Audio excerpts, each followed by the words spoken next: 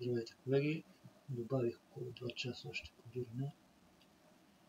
На този етап има подобрение известно. Направих малко по-обширен тест с повече изображения. Програмата не работи идеално зле. Прихваща горе-долу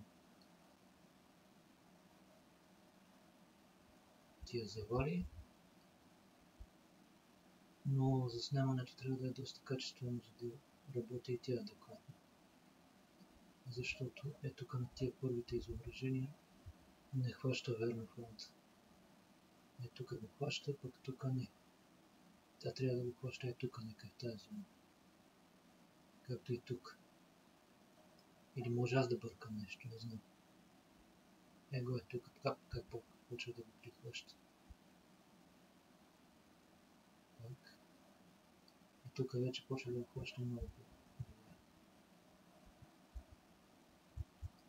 Така, резултатите от теста.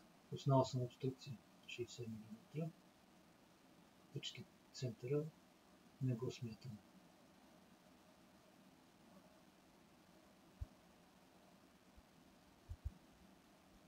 Ето ви резултатите.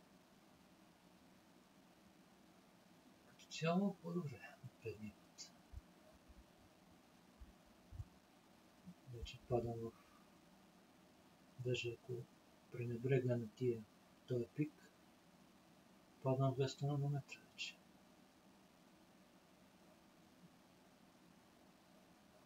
Ето късно. Доближавам се вече в едната 70 нанометра грешка. И тук. Тия граници как се стоят нещата. И тук пък хептен добре стои.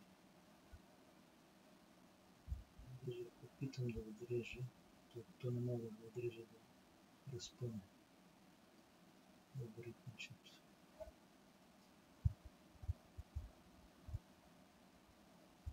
Тук ще се получи да се види по-подробно тия контролни точки, които апликуваме. Но заснемането е много важно да е правилно, защото иначе програмата греши, не може да се е правилно.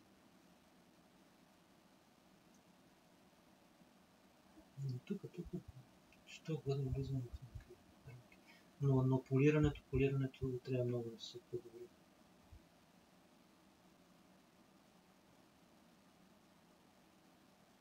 И така.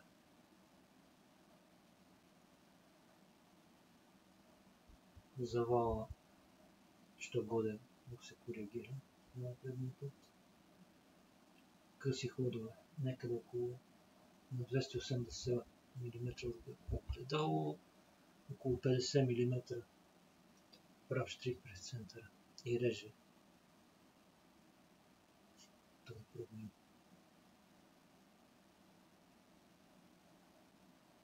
Ето където го има.